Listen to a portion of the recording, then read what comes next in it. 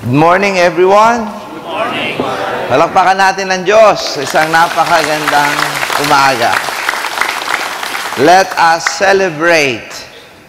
Let us celebrate because the Lord saves us. Amen? Amen. Amen. Gusto ko itong bata na to. Ako may sasagot, may nag-e-echo. Amen. Yan, ang aking favorite dito. Sabi nga sa gospel, don't let your hearts be troubled. Sa Tagalog, huwag kayong mabalisa, huwag kayong mag-alala. What a very nice and consoling word for the day. You know, it's so beautiful to begin a day with the words coming from Jesus telling us, don't let your hearts be troubled. Why? Bakit ang sabi ng Diyos, huwag tayong mag-alala? Because if we believe in Him, kung tayo naniniwala sa Kanya, wala tayong dapat ipag-alala dahil He will look after us. Siya ang bahala sa atin. At ano pa ang dahilan why we don't need to worry or don't let our hearts be troubled? Kasi po, pagka tayo'y nababalisa, maraming masamang mangyayari sa atin. If our hearts are in trouble, negative na agad yan. May takot, may insecurity, may mga natataranta, hindi alam ang gagawin. So very, very normal yung sabi ni Thomas, Lord, show us the way. We do not know where to go. And Jesus answered it right away. I am the way. Ako ang daan. I am the truth and I am the life. Ang tao, nalilito, nadidiliman, hindi alam ang totoo. That's also normal. Kaya naman, si Jesus, ina-assure tayo, don't let your hearts be troubled. According sa study ng mga psychiatrists and psychologists, siguro sa Amerika, not too long ago, may mga bisita ko coming from the States. Napakagagandang babae ng mga to. Tatlo silang mag-iina. Si Shirley, si Tenille, and Channing. They're here because they want to help us sa Iling Island. Magkaroon ng moringa plantation. Ang sabi ng nanay, happened to be a psychiatrist, only 3% ng ating worries ang totoo. 97% of our worries, hindi totoo. So there's no reason for us to worry or believe in our worries or even dwell in our worries. Wala tayong dahilan kung bakit tayo maniniwala sa ating ipinag-aalala, hindi pa nangyayari, natataranta na tayo, hindi pa nangyayari, galit na tayo, hindi pa nangyayari, iyak na tayo ng iyak. Wala pang nangyayari, nagkakagulo na. Ginugulo na ang buong kabahayan. Tinataranta na ang lahat ng mga kapitbahay. Inaaway na ang asawa. Hindi na makakatulog. Iyak na ng iyak. Hindi alam kung ano ang gagawin sa buhay. But 97% of our worries are not true. Ito naman si Father Jeff, nag-aaral din yan dahil yan ayaw na mag-preach dito sa Philippines kasi naubusan na raw siya ng Tagalog. So, nag-aral na lang siya na nag-aral. So, sabi niya sa ka-aaral niya na yung cancer, yung nakinatatakutan natin, we're all scared to have cancer. Pero, ano nangyayari? Lahat may cancer. May mga cancer cells na titrigger. Kaya kahit hindi ka umiinom, nagkakaroon ka ng cirrhosis of the liver. Kahit hindi ka naninigarilyo, nagkakaroon ka ng lung cancer. Kahit kung ano-anong healthy food ang kinakain mo, nagkakaroon ka ng leukemia. To make a story short, hindi natin alam kung sino ang tatamaan ng cancer. But, may tinatawag na precautionaries na pwede natin itong maiwasan dahil nga may dalawang bagay na prone ang tao na magka-cancer. At ito ay pwede nating gawin na maiwasan dahil sa ating tinatawag na attitude sa buhay. Dalawang bagay ang sabi ni Father Jeff sa kanyang pagbabasa. Sa Iling, wala na yang magawa, kaya basa na ng basa. Ang sabi niya ay ito, ang cancer, according to studies, nanggagaling saan? Sa galit at sa nagtatanim ng galit. If you are angry and if you harbor that anger, if you do not forgive. So, sa mga taong nakikinig ngayon, kung gusto nyo talagang magka-cancer, magalit na kayo. Kung gusto nyo magka-cancer, magtanim kayo ng galit. Maghiganti kayo. Yan, bukas may cancer kayo. Pagka naman kayo nagka-cancer, lahat ng inipon nyo, ubos. Naibenta nyo ang kalabaw, naibenta ang baka, naibenta lahat. Pati kaluluwa, naibenta, nandun pa rin ang cancer. Pero madali lang naman. You know, our seminarians, palakpakan natin, napakaganda ng kanilang kamanta. Ang sabi na, celebrate Jesus, celebrate. Let us celebrate, let us rejoice. Napakasarap mabuhay. Kung magtitiwala tayo sa Diyos, if we believe in Jesus. Last Friday, I celebrated this Mass. Dito sa Kristong Hari, ang init-init. Diyos ko po naman. Sabi ko, Panginoon, like lahat nagpapaypay, ako rin mahihimatay na. Sabi ko, sige, may itunuturo sa atin yung pagpapaypay at init na ito, siguro 40 degrees, ay punong-puno ng tao, tagaktak ang pawis.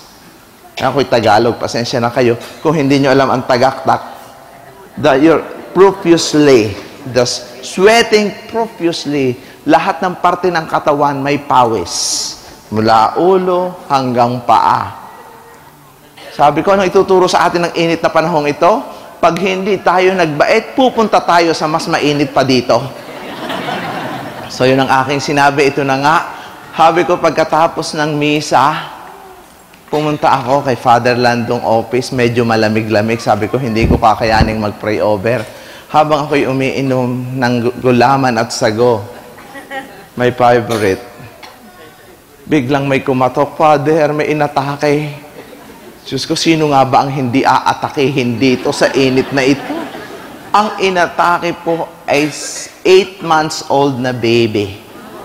Blue. Ngayon lang ako nakakahawak ng batang blue. Umiiyak ang nanay, umiiyak ang lola. Blue ito, blue lahat. Sabi ko, Diyos ko, parang sugat, hinipang ko. Kasi dinala sa akin, ayaw kong mamatay sa harapan ko. Ano sasabihin nyo? Fake talaga itong paring ito.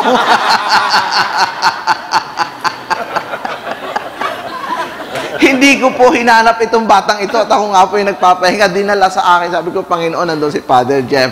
Nandun si baby. Sabi, ninenervyos silang lahat. Nakatingin sila sa akin. Sabi ko, let us pray. Hinipan ko ng hinipan na parang sugat. Ang sabi ng bata, nabuhay. Lumakas. Uulitin ko, ang Panginoon ito, hindi ako. Hindi ang aking ihip. Dahil bad breath din ako sa umaga. Ito po ay ang Panginoon for those who believe in Jesus. Kaya ang masapakiusap ko lang sa inyo, sito sa mga nakikinig sa kanilang telebisyon, alam ko napakarami ninyo kung nasaan man kayo. Sa mga OFW, ang sabi ni Jesus, don't let your hearts be troubled. In our Father's house, there are so many dwelling places. Sa Tagalog, napakaraming kwarto. Huwag kayong mag-alala ngayon, nagkakaroon ng obsession ang mga OFW. Gustong-gusto nila dito sa Pilipinas magkakaroon ng kondo. Yan, puro kondo. Kaya mga DMCI, yung Century Properties, yung nalalaki ng kondos nila. Ang lakas ng business ngayon ng kondo. So, noon pala sa langit, mayroon na tayong room. So, huwag kayong mag-alala. Sabi ni Jesus, huwag kayong mag-alala. Alam mo, may sinabi pa rin si Jesus, huwag kayong mag-alala. Dahil ako ang bahala. Alam mo, ako may dala-dala. Sana gusto kong dalhin sa inyo yung aking. Kasi kami ni Sister Rose, ni Father Glenn, ito mga taga-ABS-CBN, mga, ano ba ito, kapamilya ba ito, o kapatid, o ano, kapamilya, yan. Ito si Father Glenn, memorize yan, mga kapamilya, showbiz ang dating nito, ako hindi ko alam kung, kapamilya, nag-pilgrimage kami kay Pope, no? Sa canonizations ng 2 Pope. Ako po ay naakap ng Pope. Ibinigay niya sa akin ng skull cap. Ito, oh. Yan. Napakabait ng Diyos. Alam nyo naman ang nangyari 2 months ago nung Miyerkules Santo. Di ba nung Miyerkules Santo, ako'y dinimoles ng media. Dinimoles. Ay naroon ako sa Holy Land. Kasama ko itong Pilgrims 23. Itong mga bumabasang ito, nandito, mga kasama ko sa Holy Land. Sila ang naka-witness kung paano okay ng soul ng Diyos. I believe, ang pinanghawakan ko lang ay ang salita ng Diyos. Don't let your hearts be troubled. Believe in me. Ito nga, ito ang aking vindication. God vindicates me. Siya ang nag-vindicate sa akin. Pagka ang Diyos nag-vindicate, perfect ang timing. The vengeance is mine. Huwag tayong maghiganti. Ipasa Diyos natin ito. Minsan tayong tao gustong maghiganti, gustong lumaban. Ngipin sa ngipin. Ilong sa ilong. Yan. Wag! Kung talagang tayo may pananampalataya sa Diyos, this is ito ang panghahawakan natin. Ito ang ating alas. Ang Diyos ang gaganti sa atin. Yes, mahirap. Mahirap. Biro mo, inapi ka. Wala kang kalaban-laban kung ano ang sinasabi sa'yo. Niloloko tayo, pinapatay tayo. Pero ano ang sabi ni Jesus? Ibigay mo sa akin yan. So, ganun din ang ating mga sakit. Minsan yung mga may sakit. Minsan yung mga namumroblema. 2 bagay lamang ang dapat na ipinagagawa ko sa inyo. Kahit hindi kayo may sakit, yung mga nagdadala ng may sakit dito, kasi minsan yung mga litrato, mga anak, ama, yung mga nasa television, sabi ng isa sa akin, Father, pag ikaw nagmimisa, inaakap ko ang TV. Sabi ko, Panginoon, sana hindi ka mabagsakan ng TV. Ganito, maniwala tayo. Believe in me. Yun ang sabi ni Jesus. Why we need to believe in Jesus? That's what he said. In the second reading, very clear, come to Him, sabi ni Peter, a living stone, rejected by human beings, but He is chosen and precious in the sight of God, a living stone, yet let yourself be built into spiritual house to be holy priesthood, to offer spiritual sacrifices acceptable to God through Jesus Christ. Si Jesus lamang ang ating sasandalan. Amen. Amen. Si Jesus po ang sinandalan ko. Yun din dapat ang sandalan ninyo. Si Jesus ang ating kapitan.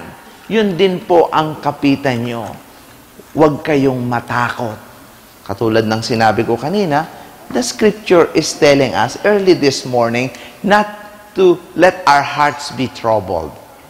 Because if we are troubled, we are afraid.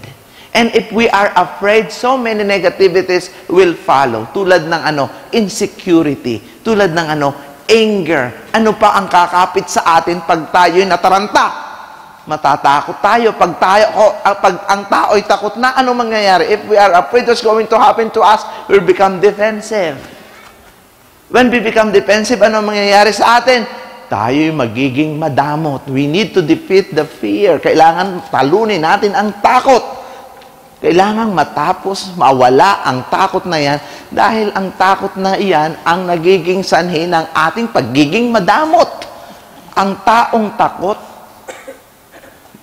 mawala ng pagkain, takot magkasakit, takot tumanda, takot mag-isa.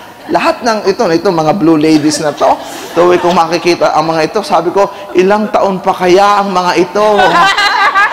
Sana magtagal pa. Dahil malaki ang pakinabang dito. Talaga, hindi naman porke matanda na kayo, walang pakinabang. Biro mo sila parang mga nandoon sa unahan, namimigay ng sobre. Walang mangungulekta kung wala itong mga ito. Alam mo, sinasabi ko sa inyo na pagka tayo'y may takot, nagiging madamot tayo. Jesus is telling us not to be afraid or not let our hearts be troubled so that we will be generous. Ang masayang tao ay mabigay. Ang masayang tao, malapit ang grasya. Amen? Babasaksak ang grasya. We have, nung nag-attend po kami ni na Sister Rose, Father Glenn, ang tinatawag na canonizations, at nagkaroon nga po ako ng pagkakataong mamit si Pope. Thanks be to Father Ricky. Sabi ko, nung ako'y po'y kanyang inakap, ako na-heal. Personally. Yun lang pala yun. I was healed from this trauma. I was healed from this. I was terrorized. Ayoko nang makipag-usap minsan sa obispo. Ayoko nang makakita ng kahit anong church authorities. Kasi parang kahit anong ginagawa kong mabuti, parang tinatanong ka lagi, nag-heal ka lang, binigyan ako ng Diyos ng ganitong gift, ano magagawa ko? Parang lagi mong ididepende ng ididepende. Pero itong Pope na ito, na-feel ko right away, ganun siguro ang Diyos, not very condemning. Very welcoming, very forgiving. Lahat po tayo makasalanan. I am also a sinner. Alam nyo, ito ang maituturo ko sa inyo para ma-overcome yung tinatawag na bitterness within you. I process myself and I want you to process it as well. Kasi Lent noon, nung dumating yung demolition job, na kung ano-ano ang sinasabi sa akin, inisip ko na nakapagpadali sa aking pagpapatawad sa kanila na ako'y makasalanan din. Dahil sa pagiging makasalanan ko, pagiging mahina ko, napatawad ko sila. Tiningnan ko si Jesus. Walang kasalanan, pero nagpatawad. Kaya nung nakita ko si Letty Magsanok, yung editor ng Inquirer, inakap ko siya. Wala akong sinabi kahit ano. Sumulat kay Beth Tagle, nanginginig pa, 24 hours ko nang inakap. I never ask her, bakit mo naman ginawa ito? Bakit mo hinayaang magsulat ang mga ito ng walang evidence and proof? Puro fabrication, very irresponsible journalism ay ito. Hindi ko po alam ang sabi naman niya kay Beth, kahit anong ipapublish ni Father, libre na. Iyon na nga, anong ipapapublish ko? Hindi naman ako marunong mag-create ng news. Ito nga, nung Divine Mercy Sunday, parang bumagsak ang grasya galing sa langit. Ganun pala yun. Nasa front page uli ako ng Inquirer. And the picture says it all. Ito. Sabi ko, di talo kayo. Rome speaks. Picture says 1,000 words. Picture says 1,000 words. Ganon po ang Diyos. Siya ang magbibindicate sa inyo. Kaya mga kapatid, no reason for us to worry, no reason for us to have this revenge spirit in us, no reason for us to rebel. Just have faith and we will rejoice. Just have faith and God will heal you. Manalig lang tayo, walang masamang mangyayari sa ating lahat. Amen. Palakpakan natin ang Diyos.